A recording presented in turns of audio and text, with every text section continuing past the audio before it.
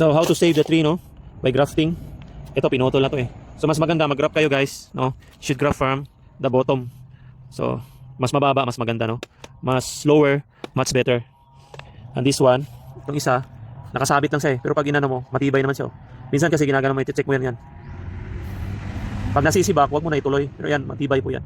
Pwede siyang magpatuloy, no? Pwede siyang maging successful. Pero much better ito.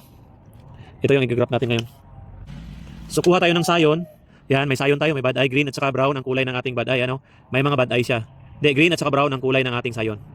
So kumuha kayo doon sa grafted din na sayon. So grafted sayon, no? Then there's a bad eye. See? Check. Bad eye, bad eye, bad eye. So at least mga 3 inches to 5 inches. Pwede na yan. So gagamitin ko yung mababa dito. Dito ako sa mababa. Yan. Wedging. Yan. Dali lang, oh. Wedging. Ayan, oh. 1, 2, 3. So maybe from here, no? Yan. Yan ang gagamitin ko. Then ito naman siya. Dito ako sa taas. Konti. Yan. Dito.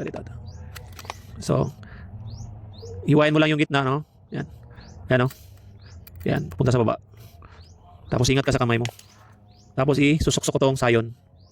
Tapos dapat magkadikit, no? No. Dito, magkadikit siya. Tapos, yan, ito naman 3cm grafting tape sa Lazada, sa online. Mas maganda kasi yung grafting tape. Dikit na dikit talaga siya, guys. Kunti lang yung ano niya. Talagang lahat siya successful. Yan. Tapos packet ako sa taas. Clockwise direction, no? Clockwise direction. Taas, pataas. Tapos dapat balutan to. Yan. Then, pababa. Okay na. Dito dapat maganda yung pagkabalot dito sa baba, no? Hindi siya mapapasukan ng tubig. Yan. Ayan na siya. So may isa ka na dito. Meron din dito. Para dalawa. Tapos ikakat na natin to. Pag tumubo na siya.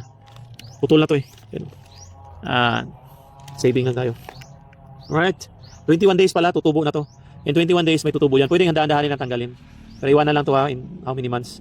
1 month o 2 months ito. Ayan mo muna siyang mag-bind dito. Alright.